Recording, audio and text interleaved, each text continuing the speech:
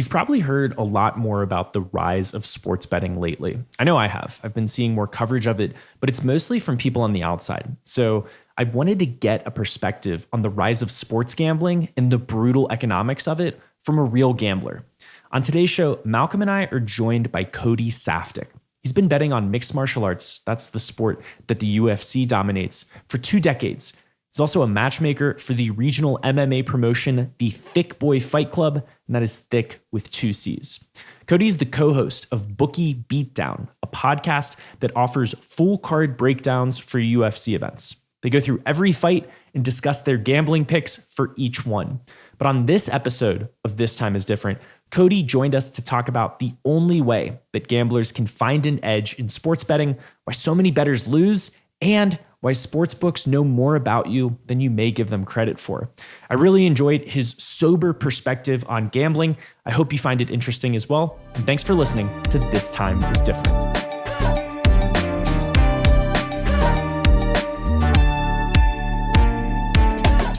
So, Cody, I got some questions on your process, how you manage risks, some investing related topics for most of our listeners, but we got you here on a very interesting week as someone who follows the fight world closely, which is that there's these fight fixing allegations popping up in the UFC again. The most recent example is a fighter named Isaac Dalgarian, who's this sizable favorite in a fight this past weekend, and a bunch of money came in on his opponent shortly before the fight. Dalgarian then goes on to lose via a submission in sort of a suspicious fashion. And afterward, there's been more reporting coming out that UFC fighters have been offered money to throw fights. Dana White has come out vehemently against this, saying he's cooperating immediately. They're tracking betting patterns. But the fight world has often had this problem. When you look back at the history of boxing, this is nothing new. But I just wanted to get your response to this storyline and these allegations going on in the UFC right now. Yeah, well, it's unfortunate. And it's not like this is something that's just only for the UFC and only for fight fans. I mean, it's happening in the NBA right now as well. So there's allegations of sport fixing. You kind of knew that was going to happen the more that these markets start opening up. Same game parlays and live betting, and everything can be done from a mobile device. Far gone are the days that you had to go to Atlantic City or you had to go to Las Vegas and you had to walk into a sports book and you had to lay down the bet. Now you can just do everything from a mobile device. So when you look at MMA, the reason why it's easy to have that edge on having someone potentially work a bout is some of these fighters on the prelims are making $12,000. Some of them are making $15,000. So if you step in and say, hey, I would offer you $50,000, $60,000, $70,000 to make sure that this fight ends in this manner, then that would be big money for them. But if you look at the NBA, Rozier makes $20 million a year, and he's willing to take this money from these behind the room guys. So I don't think it's something that can ruin the sport, but it's something that can ruin all sports. Government regulators, U.S. integrity, the FBI, everyone's looking into this stuff. And it turns out that 100 bouts have been flagged. Well, if even 5% of those bouts turned in to be fixes, that's 5. That would be 5 too many. So there's a lot of happenings going on. But for Isaac Dalgarian, he's being fully investigated. The commission has withheld his purse. He's been released from the UFC. He's been released from his gym. He's been released from his management company. And if they can prove these allegations, he's going to federal prison. So not a great place to be for him. The thing that's so surprising to me about this happening in the UFC versus, you mentioned, and the money difference is key here, right? Terry Rozier's making millions of dollars. The folks on the UFC prelims are making thousands. But the career consequences of an NBA player coming out of a game early are so significantly different from a UFC fighter throwing a bout, right? Where a loss in the UFC for a fighter matters so much more than a loss in the NBA. And I'll just run this take by you. That's why I have to wonder or think that this is relatively isolated on the fighter's side, but maybe not so much on the referee and judge's side. It's possible. The thing with Terry Rozier is that if he decides I'm going to have a bad night, right, then he can come off. But that doesn't necessarily mean that his teammates and the bench players won't step up and that his team will still win anyway. So he can say there's no way I score more than 14 and a half points today and get himself pulled out of the game once he gets to 14. Absolutely. And I'm sure it happens.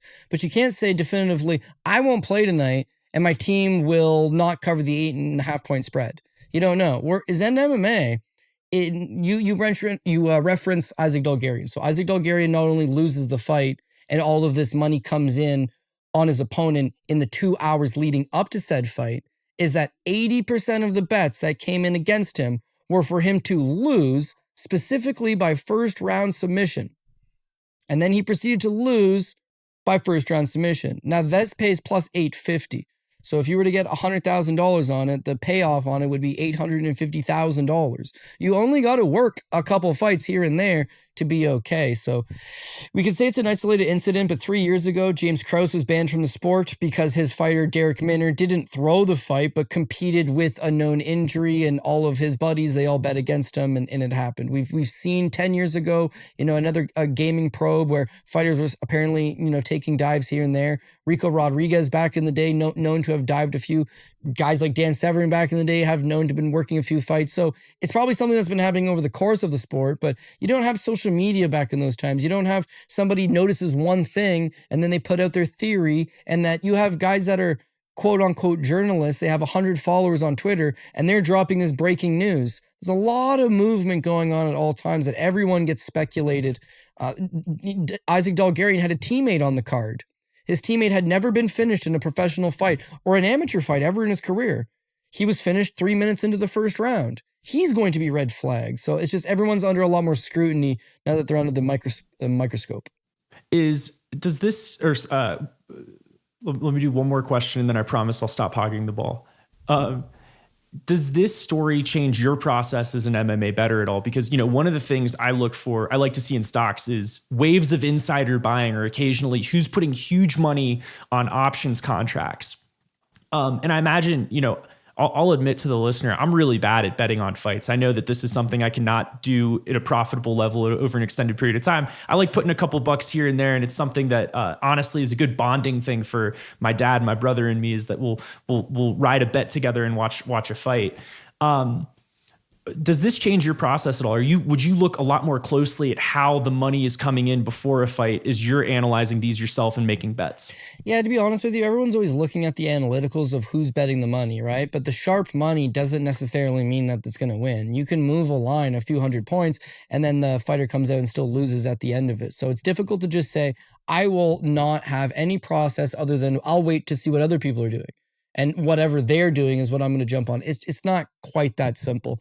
To just follow trends. But in terms of my process, yeah, a lot of the times you're looking at what is fighter A most likely to do and what is fighter B most likely to do. And then when these fights unravel and they unfold, you'll see fighter A does none of the things he's capable of.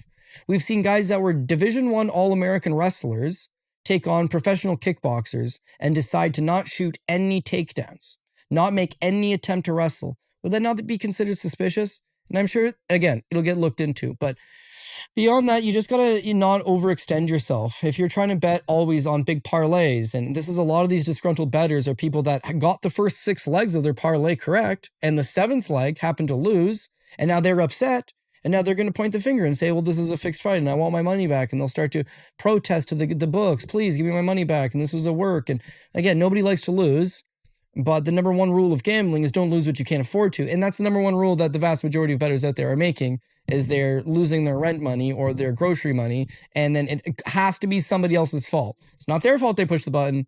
It's somebody else's fault that the referee was on the other side, or the coach gave him bad advice, or the fighter didn't want to be there. It's human nature, right? Anything can happen on any given day. And so a guy has a bad performance that's not necessarily anything more nefarious than that, but people will make it out to be.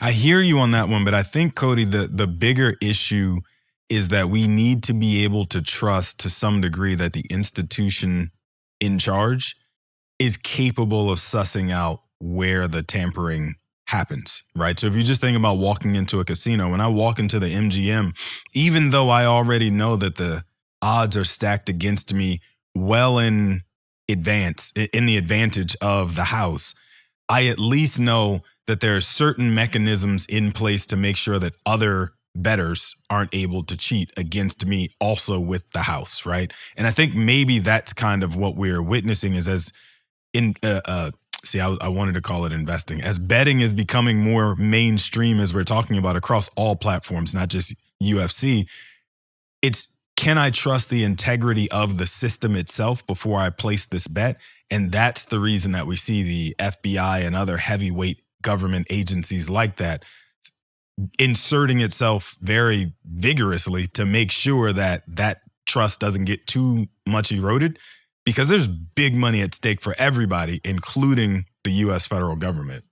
Yeah, absolutely. They're taxing this money, and it's a multi-billion-dollar annual business. So I'm sure that everyone wants to keep it going smooth. But like I said, I mean, you can say this one fighter apparently took a dive, and this one basketball player apparently has been doing point shaving, and this one hockey player maybe is not performing. And it's difficult to say. It's not that they're willingly taking a dive. It's that what happens is you'll say 2 hours before fight time, Isaac Dolgarian has torn his ACL and can't wrestle.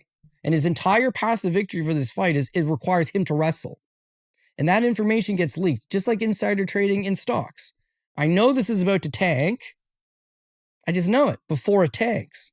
So when you talk about regulation, it's like, well, how can you regulate something that's just has so much going on at all times? It's difficult to say. How do you regulate cryptocurrency exchanges? How do you trust the establishment that if you buy this crypto that it's going to do anything? It's difficult. It's people that are willingly putting their own money. And that's why you didn't call it investment. It's not an investment, right? You're putting your money in for some cheap thrills. And if you're any good at it, then you could possibly make money. And just like these UFC fighters, only the top 5 or 10% are actually making money. The other 90% are ruining their lives. And well, it's really the same thing with gambling, right? So people have addictive personalities, right? You can't just allow them to blow all of their life savings and then give them an out with these sports are fixed. Well, pulling the arm on a slot machine, is it fixed odds? Do you know if you pull it X amount of times you'll win? No, it's just a random occurrence. You're just doing it to see the bright lights and to pass a Saturday night off. That's a bit. And I do think there are times where sort of the UFC's anything goes attitude can be advantageous for a better. One example recently, a guy named Lucas Almeida in Brazil. I'm sure you remember this, Cody. Guy's on a prelim, shows up to the weigh-in. His hand is ballooned up. The guy clearly has a broken hand. In the UFC, they're in Brazil. The commissions are letting this guy go in. And yes, he was a favorite. A bunch of money comes in. And then I did text my family. I'm like, hey, this is one you might want to pay attention to. And so I think there are angles where sort of that lack of trust can come to the advantage of people who are betting on this stuff. So in that specific example, the number one person that would be in charge of that would be the Brazilian Athletic Commission. So they have a doctor and they have a commission, and the staff members do a physical on every fighter that they would have checked his hand. I don't think he had a broken hand. I think he might have an allergic reaction to something. I've been bitten in the hand by a spider before. My hand ballooned up like that. They would have checked it and said, okay, we have deemed that you are able to go out there and compete. He goes out there and he loses. Unfortunate. Did he go out there and lose willingly, or did he have this hand injury? He tried punching with the hand. Unfortunately, he got taken down, and who knows what happens after that. The thing that I find very difficult is when you look at TJ Dillashaw fought in a world title fight with a dislocated shoulder, and he loses very quickly. And Magomed Ankalaev recently just lost to Pereira for a world title fight, and then he comes out and says he was getting injections to his ribs because he has this rib injury. So it's a rough contact sport. Nobody competing is coming in with no injuries. They're all banged up. They all have bad hips. They all have bad knees. They all have bad shoulders. They all have a hamstring injury. But they're forced to compete. And they're not forced to compete, but in a way they are. If you are a NFL player and you decide, I can't play this week, I'm just going to sit it out. Well, you have a certain amount of guaranteed money, and you have a certain amount of signing bonus, and you have a certain amount of health care, and you can sit out a few weeks and get healthy and still get paid. In fact, league minimum, I don't know league minimum, but in the NHL, it's like 800,000. Have to assume it's probably roughly, if not better, in the NFL. You're still making your money. Isaac Dolgarian's been competing in the UFC for 2.5 years. In the 2.5 years he's been with the UFC, he's competed 3 times, where he's gone 2-1. His contract was 12 plus 12, which he won, 14 plus 14, which he lost, 16 plus 16, which he won. In 3 fights with the UFC, over 2.5 years, he's made equivalent to $65,000. He would be a broke man. He's a professional athlete that needs to travel all over Denver and Missouri for training. He has a strength and conditioning coach. He has a Brazilian jiu-jitsu coach. He's got a striking coach. He's got a nutritionist. You're not buying McDonald's value pick meal. You got to go get the good organic food. You got to put the good supplements in your body. And maybe he has a few sponsors. But the bottom line is, a manager at McDonald's is better off financially than Isaac Dolgarian. So now he's preparing for this fight last Saturday. And this is we're just going to throw out this situation out there. Let's say he breaks his rib, or he's got pneumonia, or he breaks his ankle. And he's got a wife and kids. And he's not fought in the last 6 months. If he pulls out with this fight, he will get paid $0. Then he's got to sit on the sidelines for 6 more months. That's 1 year without collecting a paycheck. 1 year. He's behind on his mortgage. He's going to get evicted and lose his house. He's behind on his car payments. He's about to get repossessed. His wife's stressed. His kids don't have everything they need. He feels inadequate as a man, but he's pursuing his dream of being a professional athlete. And he just broke his rib. Do you think that this guy's going to pull out of the fight? It has nothing to do with somebody coming to him and saying, I will pay you $50,000 to throw the fight. Nothing to do with that.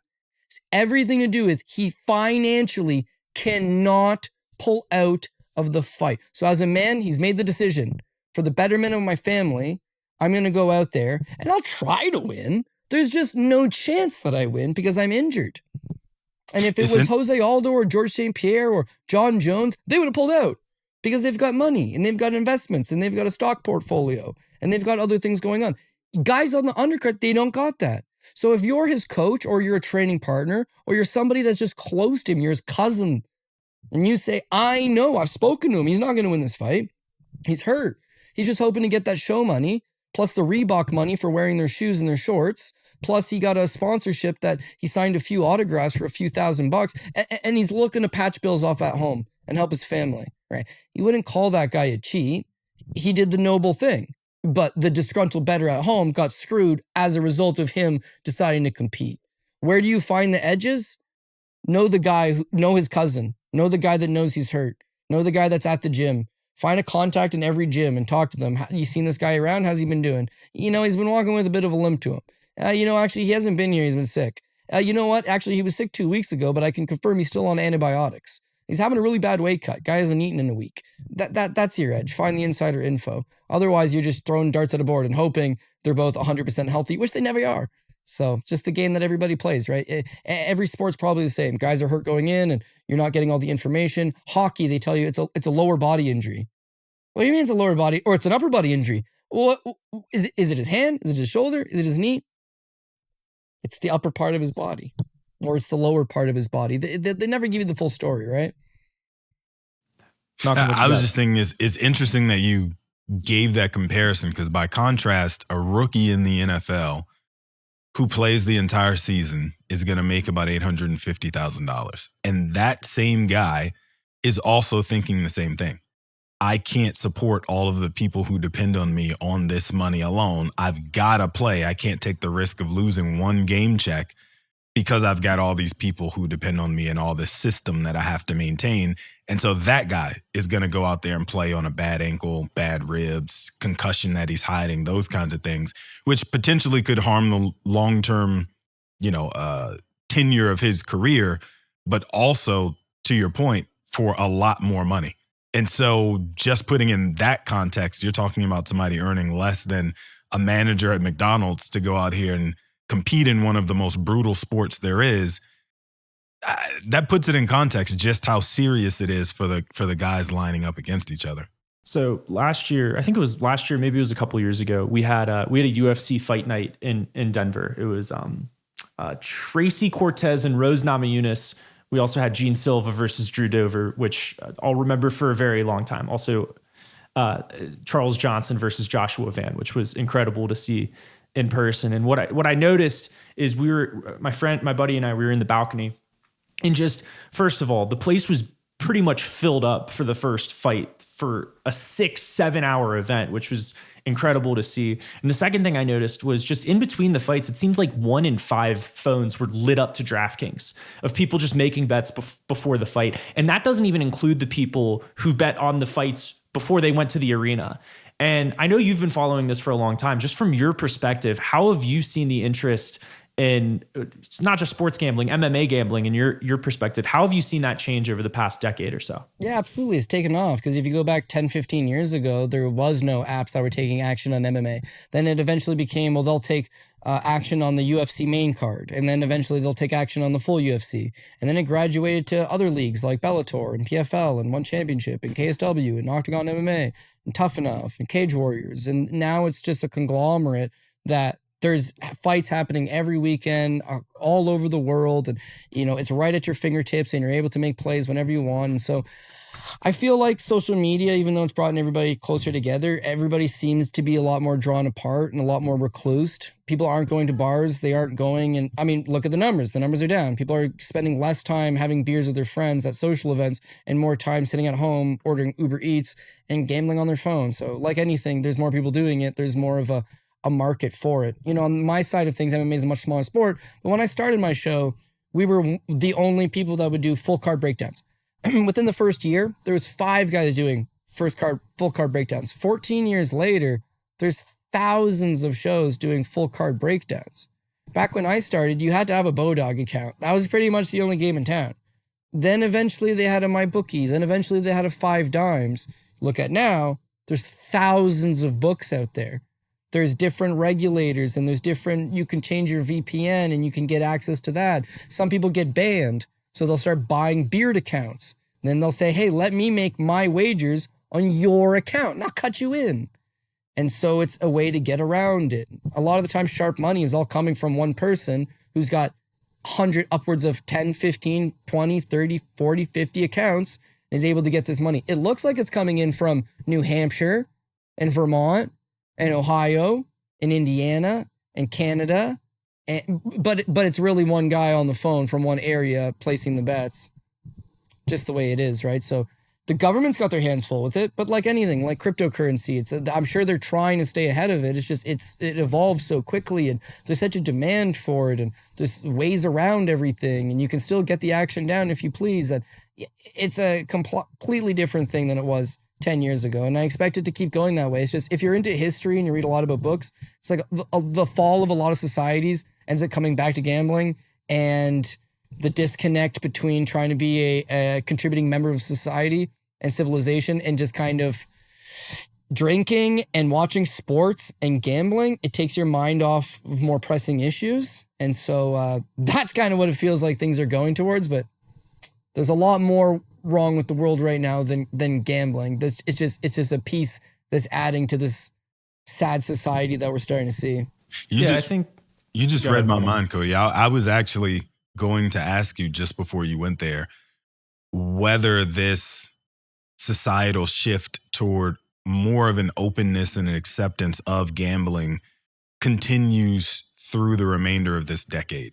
Not even, what brings it to its knees ultimately, eventually, like you just said, but whether there's another 5 years of staying power in this current love affair with gambling all over the place, right? We saw it with the poly markets getting the U.S. election right, even though all of the different networks, all of the different pollsters, all the different journalists, everybody just about got this one wrong one way or another. And I think that really opened up people's eyes to the fact that there is some relevance to this one-time fragmented part of the world out there to now really making its way. We saw a $2 billion, I think, investment from the New York Stock Exchange into poly markets. Like, that's how institutionalized this has become. So I was curious if you thought that this would continue this way at this pace or even harder over the next 5 years, let alone, 20 years from now. Yeah, I mean, I think it's just getting started. And I love this industry and I love my people and I love doing the content and I love making the picks, but I don't want to compare it to a crack epidemic at all, but similar to other addictions, because we can't deny it. There's a mobile porn addiction going around, right? Not going around, it's probably already been there, but people didn't used to have mobile devices. So they would go to a video store and they would buy a VHS and they may watch the VHS a few times.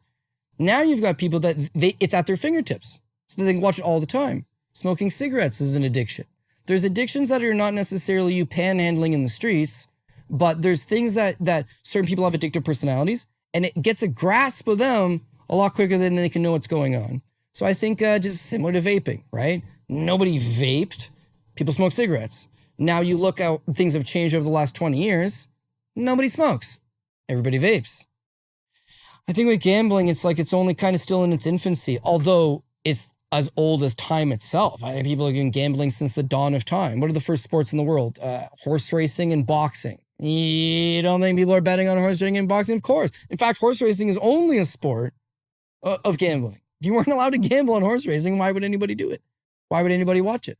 So there's going to be a shift. There's going to be a shift where now we're into, parlays, and we're into betting, Toronto sports, and it's basketball and it's football and it's hockey, and you have so much and people are getting sponsorship deals. And you saw the books, right? They'd say, oh, this is a new betting company and they've got a $3 million marketing budget. So they start to sponsor. Tom Brady's got a sponsorship, and Michael Jordan's talking about a sponsorship, and Brad Pitt does a commercial where he's talking about how when I'm at the barbecue and I'm bored, I go on my app and I make some bets. And so this starts to become a part of society where it's like, oh, everybody's doing it, and it continues to get bigger and bigger and bigger and bigger and bigger, right? At what point does, somebody just have it on their phone and they don't realize what they're getting themselves into until the bill comes at the end of the month, and then they can't afford to pay the bill, and then they end up in shambles. So after 20 years of this, after 25 years of this, the same way that you've seen Alcoholics Anonymous become a thing, the same way that,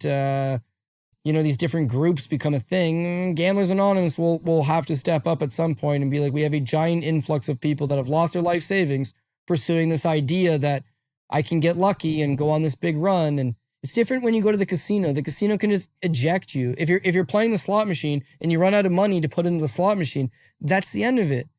You can't suddenly just, I don't know, maybe you can get an extension on your credit card. Maybe you can go get a line of credit on your home, or maybe you can destroy your portfolios and dump everything and try to put it back into the slot machine. But it would still require you driving places and doing things. When you have a phone and you can just sit there and click buttons and add accounts and go into money that you think you know what? I lost 100. So I'm now going to bet 200 to win my 100 back. And now you're down 300, but it's okay. Cause I guess if I just bet 300, I'll win that 300 back. And now you're down 600. Well, and it's a snowball effect. So all I can say is responsible gaming. Don't do it if you're in a dire situation. Don't do it if it's your last case scenario. Like anything, I believe you, I don't know if you said this on the show or before we came on the show. You said, it was before we came on the show. You said, I really like having you and Malcolm here because Malcolm, the financial advisor route, and you, professional gambler. I don't consider myself a professional gambler. I have multiple jobs. I have multiple sources of income. Gambling is simply something that I enjoy. And I enjoy breaking down fights, and I enjoy breaking down the entire thing. And if you couldn't bet on the fight, would I say to myself, I don't like it that much? No, I used to watch fights long before I knew you could put money down on it. But like anything, if you're going to spend 10,000 hours watching something, then maybe you have an edge. Most people aren't spending their time doing the research. They don't know who these guys are. They're listening to shows. They're saying, Pete likes this guy, and I listened to this other show, and he said he didn't like that guy, and then on a 20-minute whim, they'll make their bets. It's irresponsible approach to it. And so when I hear disgruntled gamblers, you'll never hear that of me. You'll never hear I got screwed on this decision. For the record, I had money on the guy that lost last weekend, Isaac Dalgarian. I had a good amount of money on Isaac Dalgarian. I'm not sour that he took the dive.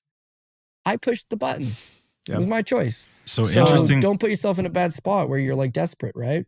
Interestingly enough, one of the things that we have started to do, not necessarily because of the world's fascination and potential, to your point, I'm nobody's doctor, so I'll say potential just to be safe, addiction to gambling that is formed and kind of spawned out of control.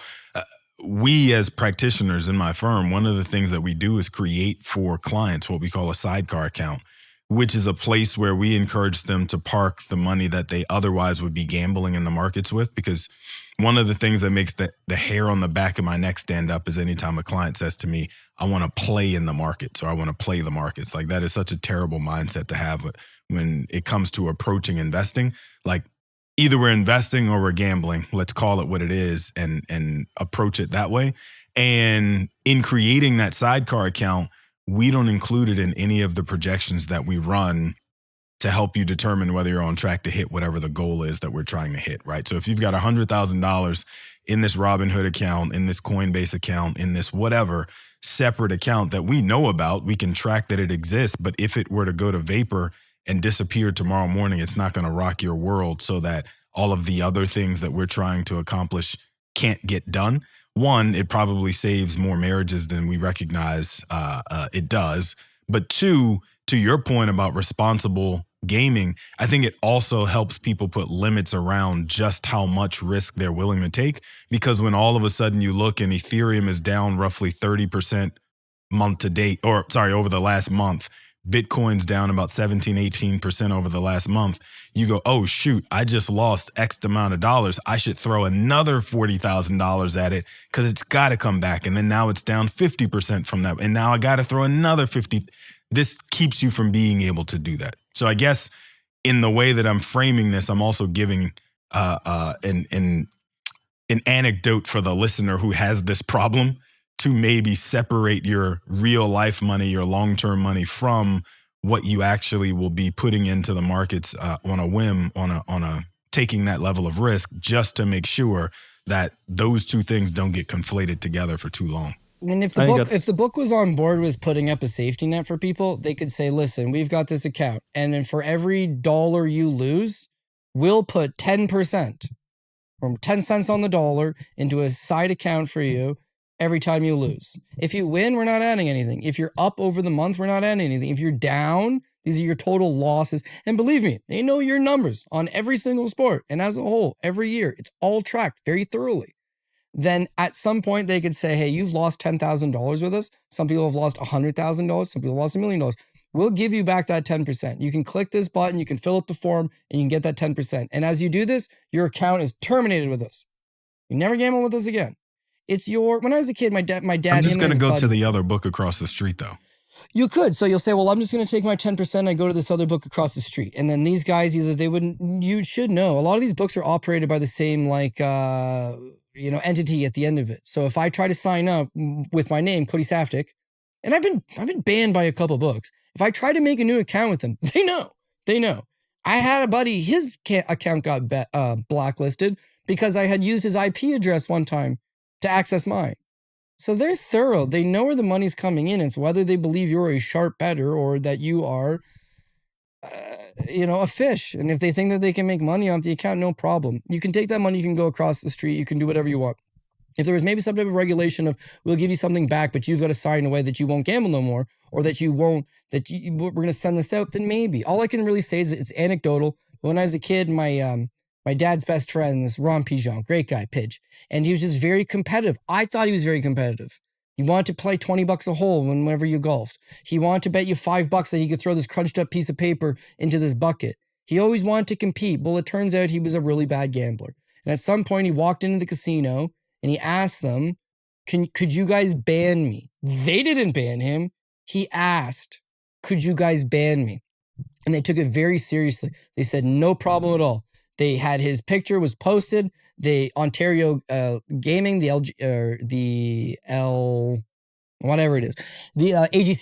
AGCO, they put it out to all of the Ontario Lottery and Gaming. If he was to walk into any casino in Ontario, you have to hand them your driver's license as you're going in. That he's just red flagged. He had to make that choice for himself. They weren't going to say you're banned. They love him coming in here and giving them all their money.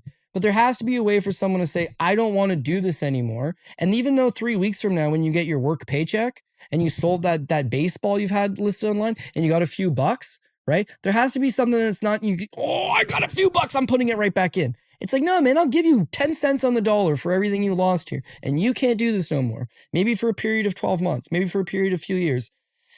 Maybe it'll never happen. I'm just saying, if I'm trying to think of what can be done is, you gotta maybe just ban people. Ban people even though it's bad for your business and you're not gonna be making money. It's what's best for them. Therefore, it's what's best for their family. And therefore, it's what's best for their community. And therefore, it's what's best for their city or their state or their country. You want these people going out and spending the money in their town and go buy a pizza and go buy a coffee and go buy some stuff from the craft store. Spend the money within your community, not I'm sending it into this offshore in Costa Rica constantly, right? So I don't know. Those ones for sure aren't going to ban you.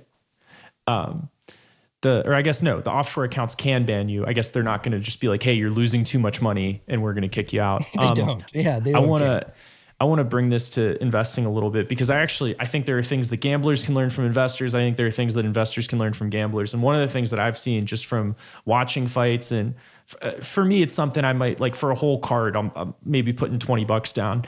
And one of the things I noticed is I have my own biases when I'm looking at these things. So for example, I'm in Denver, so I'm constantly thinking these guys and girls in Denver, they have great cardio. That's a huge advantage. That's maybe something I overweight. Or I'll see a heavyweight fight, and boy, do I like a greasy underdog in a heavyweight fight, because in there, one punch can change anything. But in reality, for a lot of heavyweight fights, there are levels to this game. And if you're at a higher level, especially when there's fewer just people in the mix, you have an extreme advantage. So I guess from you doing this, Cody, for 20 years, is this something where you've had to realize, like, I have a behavioral bias when I'm analyzing fights in this way, and it's something that you have to check and watch as you're looking at these fights? Yeah, I don't know. I mean, I'm sure everybody has different theories and people will create models, and I had this AI model look over it, or I created my own model and I ran this. But the bottom line is that to be a profitable handicapper, you could win as little as 55% of the time, and you lose 45% of the time. And over the course of the year, you'll come out on top, right? With other people, they're hitting at a 65% clip and they're still losing money. If you don't want to do any of the research and you don't want to know how to do any of the tape study and you don't want to check out all that, just the younger fighter wins 67% of the time. So you can just bet the younger fighter in every fight. But is that going to make you money over the long term? No, absolutely not. Maybe on the short term, you hit a little spell where that was the case. Over the course of the year, this is what it averages out to. But once you look at specific, well, this guy was a 2-1 favorite and he was the younger guy and he won and you made half of your money back. Or half the 50 cents on the dollar. And then this other guy, well, he was the younger guy and he was a huge favorite and I lost on that one. I lost money. So it never averages it out. It's basically, you're just trying to take things on a case by case. There's theories like you said, heavyweights. Why not take the heavyweight underdog? You mentioned Denver. Not only do you think fighters from Denver have better altitude, but if the card takes place in Denver and they're fighting at altitude, I mean, everybody tends to get tired. Heavyweights tend to get tired even more. I've got a heavyweight from the Denver area as a betting underdog on the card at altitude, then yeah, absolutely. Women's MMA fights. More underdogs hit in women's MMA than men's MMA. So why not just bet all the women's MMA underdogs? It's just these are cop-out systems where it's like, last year it was 67%, but next year it could only be 58%. There's no surefire way of saying it. And if you said, well, I looked at the last 10 years, well, that could be skewed because the first 6 years it happened all the time, but the last 4 years it really hasn't. So for me, I look at it. I wouldn't say I'm an expert in anything other than just like, human movement. You watch enough fights, you see enough guys, you know who's a good athlete, you know who's durable, you know who can take a punch. And like anything can happen. You could slip on a banana peel and blow your knee out. You could bob when you were supposed to weave and get kicked in the head. You zigged when you should have zagged. Of course, it's sports, it's life. Anything can happen. A bus could run right through your house and kill you in your sleep. Who knows? But it is possible. It's just very highly unlikely. So I look at every fight as a case by case. You're looking at it, what's the most highest percent likelihood that this fighter would win? And let's say I could guarantee you guys right now. I said, Malcolm, Ricky, I've got a lock. This guy wins 90%. Guarantee he wins 90%. Well, here's the thing. This isn't the Chicago Bulls. They're not playing 82 times over the course of the year and they're waiting at an 80% clip or a 90% clip. He's fighting one time. So that one time, it happens to be the 10% he loses. And that's it. They'll never fight again. You can't get your money back on the long run. You just got to make it in that one go. So, I bet a lot of parlays because the thought process here for me is more so you want to risk low and win big. Oh, it sounds so easy. I get it. It's easy to laugh at. But being that if you bet $100 on this fighter at minus 200, you could win $50. And then you got to win again and you win your $100. And then you bet it again, but he loses and there goes the $100. Whereas a parlay, yeah, I think that's what most people are they find it thrilling. And you can bet $10 and potentially win $30,000. I went to a bar and I sat down and I'm eating some chicken wings and I'm having a beer and the guy next to me says, I've got $20 right there, slams it on the table. I got $20. Tell me a fight I want to make some money. Would you say, yeah, bet the $20 on this guy? Well, how much will I make? $10. Do you think he's interested in that? No, he's at the bar. He's having chicken wings. He's having the $20 is gone. He don't care, but he doesn't want to bet $20 to make 10. He wants to bet $20 to win 100. He wants to bet $20 to win 200. That's what these people get caught into. Whereas I'm sure Malcolm could tell you, I have a financial advisor myself. I don't know anything about finances. I don't know anything about stock market. I don't know anything about RSPs. So let him do it. And we get a 10% return on the year, a 12% on the return year. Some years it's kick ass. Some years it's not great. It's 4%. There's money coming in year after year, right? This is not like that. They're not looking to make 10 cents on the dollar. They're not looking to make, I bet $100 and I profited 15 tonight and I'm going to do it again next week. That's a good return. Now they want to make $1,000 on their $100 and give it all back next week. So it just depends on the person, depends on the gambler, depends on the human being, I guess. But there's probably different ways that could be looked at. Malcolm, anything you want to make sure we hit before we wrap up? No, I think Cody hit it. It's a mindset differential between the person who just flat out loves gaming in the way that you're describing and is not interested in anything less, right? Like I could look over there at what the stock market is doing right now, which has actually been for the last 3 years, just the best place to be invested. And you have plenty of people who look at that and say, yeah, that's not good enough for me. Like, I'm gonna buy Bitcoin instead. It's like, but why? But why? Because not even. Bitcoin I'm gonna buy these. triple. I'm gonna buy these altcoins that'll be a 10 bagger in 6 weeks versus owning something like Nvidia that's just been a perennial outperformer for the last 3 years. No, that's not good enough for me. I need this other thing that's way out there on the spectrum. And so I take your point that I think there's just different types of people out there. People are wired very differently. But to the point that you made earlier on in this conversation, social media has made it so that the loud minority is so much louder than the quiet majority that we assume that everybody is living this way.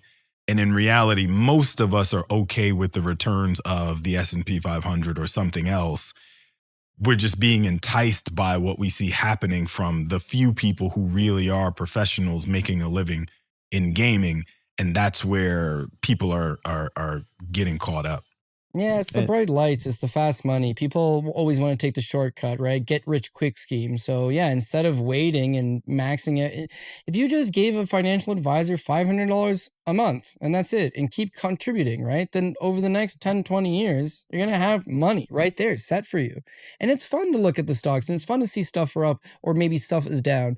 But yeah, this is more of there's a loneliness going on right there. And just like social media, when you look at pictures and you look at family vacations and you look at, it's the good. They show you the good that's happening in their life. I had a great lunch and I went to this concert, and it would show you the bad. Social media shows you very little of the bad, focuses on the good. Gambling social media, it's the same thing. You see a lot of winners. You always see winning tickets. People cannot help themselves. They hit a good ticket, I gotta let everybody know. You don't see the losing tickets. You don't see all that. Stock market, you see that. You see if it crashes. You see if the stocks are down. There's transparency there, where there's not really. People will say the biggest realization for me was COVID. I think it's 2019, maybe 2020. No sports are happening. There's no football. There's no hockey. There's no baseball. Fighting's not allowed to happen. They had to go to Yas Island in Abu Dhabi. And the books start running. They were taking action on two things. The two hottest sellers during the early portion of COVID, right? Was marble racing and NBA 2019 simulations. So they would simulate the New York Knicks versus the Milwaukee Bucks, and you could bet on the simulated video game, and you could also bet marble racing, where you would give them $10 and there's 20 marbles, and they would just let the marbles run down the track and the first marble to hit the ball. So people are they're lonely. And they're bored, and they're looking for some instant type of action. And if I walk into a bar and, why is tennis on? I don't want to watch tennis. Well, that's what's on. I'll put $50 on that guy to beat that guy. I'm in on this tennis game all of a sudden. And this tennis game is the only thing I got going on today. And this is really high stakes. So I think it's you're not getting together with your friends and going and playing a sport or playing a game or playing a board game, and then you're on your phone the whole time and you're trying to get this game. No, that happens when you've got nothing to do and you're sitting around with all the time in the world. You're going to start clicking buttons. So again, going to a casino, the casino would tell you, this person's been here for 3 days and this person wets themselves and doesn't move, and this person gives you everything they got, right? But a phone with an app, it's a 24/7 casino. You could be on it all the time. So Yeah, I hope people just do the right things, man. But I get lumped in sometimes where it's like, oh, these guys are degenerate gamblers and these guys are bad gamblers and these guys they think gambling is a way to make a quick buck and all that. Like, I'm very realistic about it. I understand full well. And I just want to make sure that other people do as well and that no one's hurting themselves long term, not hurting their families or not creating a disconnect between them and people that they like spending time with because they're just becoming reclusive and playing this stuff. So I don't know. Who knows? It's a distraction, and I think everyone's just looking for a distraction these days. Cody Saftic, I appreciate the very sober perspective. As someone who's a fan of combat sports, I think you and Paul Shaughnessy do just an incredible amount of research and have a good show in Bookie Beatdown, even if you're not interested in gambling, which I think this show, if you were thinking about gambling, probably turned you off to it. But I think that you and Paul do a good show. And honestly, I think you guys are, in my view, the best preview show when you're looking at a UFC pay-per-view or a fight card coming out. So it's Bookie Beatdown. I think you guys do a really nice job, and appreciate you taking the time to join us on this show. I appreciate you reaching out. Honestly, I know you sent it through the Thick Boy Fight Club. And I don't even know, how'd you even find out about those guys? Is it online or? Yeah. So I remember you said something about being a matchmaker. Yes. And I was like, okay, I'll figure out the promotion, and then tracked you down that way.